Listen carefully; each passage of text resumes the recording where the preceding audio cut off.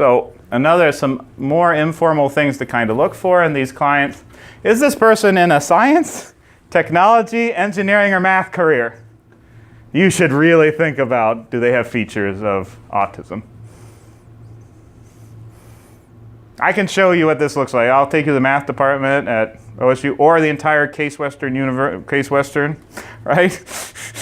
Everywhere, but I guess they have a humanities department, which I couldn't believe, but who knew? So, does this person have intense interests, right?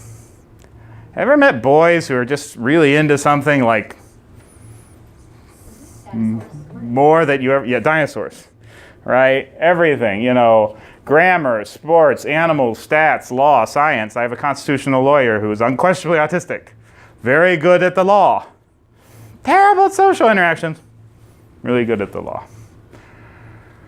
Ask them if they tend to have one motion at a time. Or ask them, what if I told you that people had lots of emotions at the same time? They won't get that. In fact, usually when you say that, they'll say something like, is that why everyone's flaky? All right, and we're going to look at the feelings wheel, and that'll be very helpful at discerning that too. Sometimes, in fact, this client may show not much empathy or actually way too much empathy. And we'll get into why that is. But sometimes you get these super sensitive clients. And what they do is they tend to focus on only one emotion, though, in another person. That causes almost too much empathy. Like this person's sad. So instead of they just think sad, they think, despair instead of just sadness. And we know that they don't necessarily. It's kind of on and off. And we'll get into that. Trouble recognizing nonverbal communication. Often have flat affect.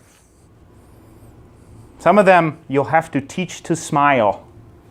And I'll show you how. It's really easy. Sometimes they seem to have narcissistic traits, but they often really want to understand other people. That's the difference between a narcissist. They really want to know, right? Think Star Trek, which I would say is a fan kind of show. Data's always trying to explore emotion, right? He has a hard time with that. Finally, many clients think in pictures. These fan clients think in pictures, not in words and emotions. And I will demonstrate to you how this works. When I say cow to you, what comes to mind? Just shout her out. Milk, animal. White and black, okay. Here's the difference between thinking in pictures and thinking in words. When I say cow, oftentimes to a fan client, what they have is a literal picture of a cow.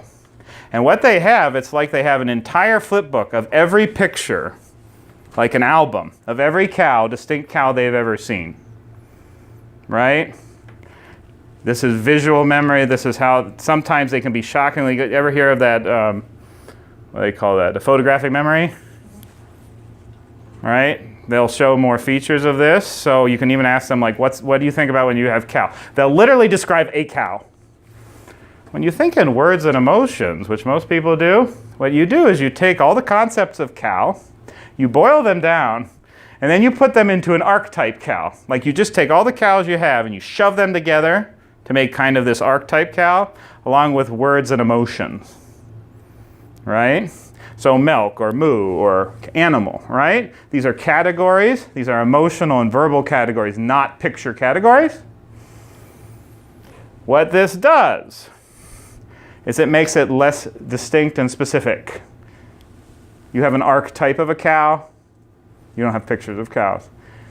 We'll get on why this changes emotional ideas. But you can see then why oftentimes, for instance, talking to a client about emotions, say in a Rogerian way with this type of client, or men in general, will not work. How do you feel? I feel cow. And it's funny because my young kids, especially with kind of these features, they're into furry culture. Do you know what that is? People who dress up like animals. There's often a sexual component. For them, there's not usually a sexual component. It's just like, I want a tail. Or I feel like a fox. Or if you get them to draw themselves, they'll often give themselves animal characteristics or animal shadow. Because why? Animals tend to think in pictures. This is Temple Grandin. Before I became a counselor, I did animal welfare and handling in slaughterhouses. I've been to 400 of them. Cows think in pictures.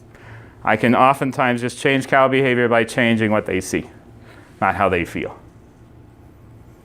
So oftentimes a lot of things, how I would teach an animal, I can apply that to some of these clients in respectful ways. Make sense? Thoughts? Yeah. I don't have a clock, so I gotta get one. My perspective, identify these PAN personalities can be really helpful to a client. Why? They tend to have deep shame for not being able to figure things out. Some of these people are really brilliant at their thing, right? And yet they can't even figure out basic emotion, or how do I go on a date, or how do I do all the kind of these things. So even what you kind of listen for. I'm broken, you hear that a lot. People tell me I'm creepy.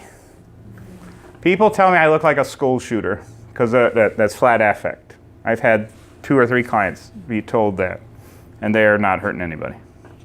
But they're creepy, right, from that perspective.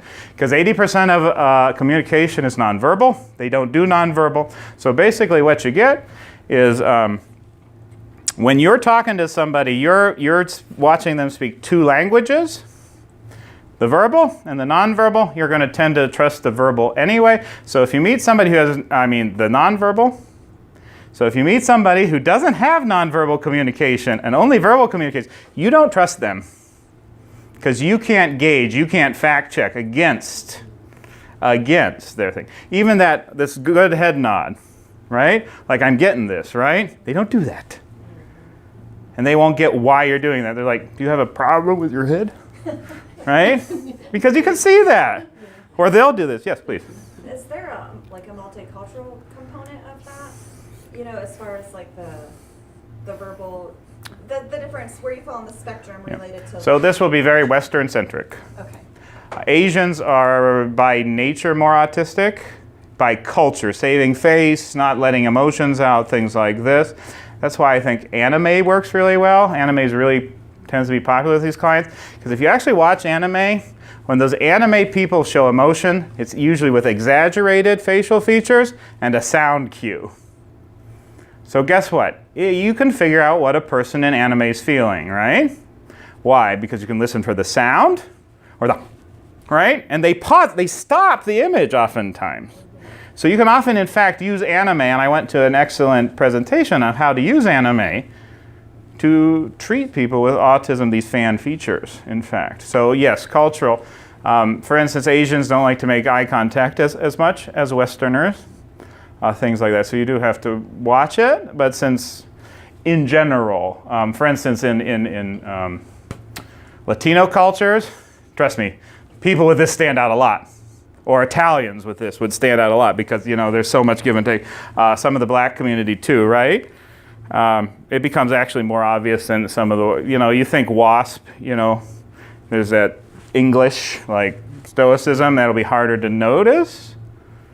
And for instance, even the English are more tolerant of eccentricity than we are.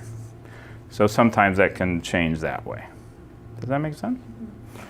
They're very scared in social situations no matter how successful they are, strangely enough. Some of these guys are super, and I say guys, but girls too, are super successful and still scared of people. All right?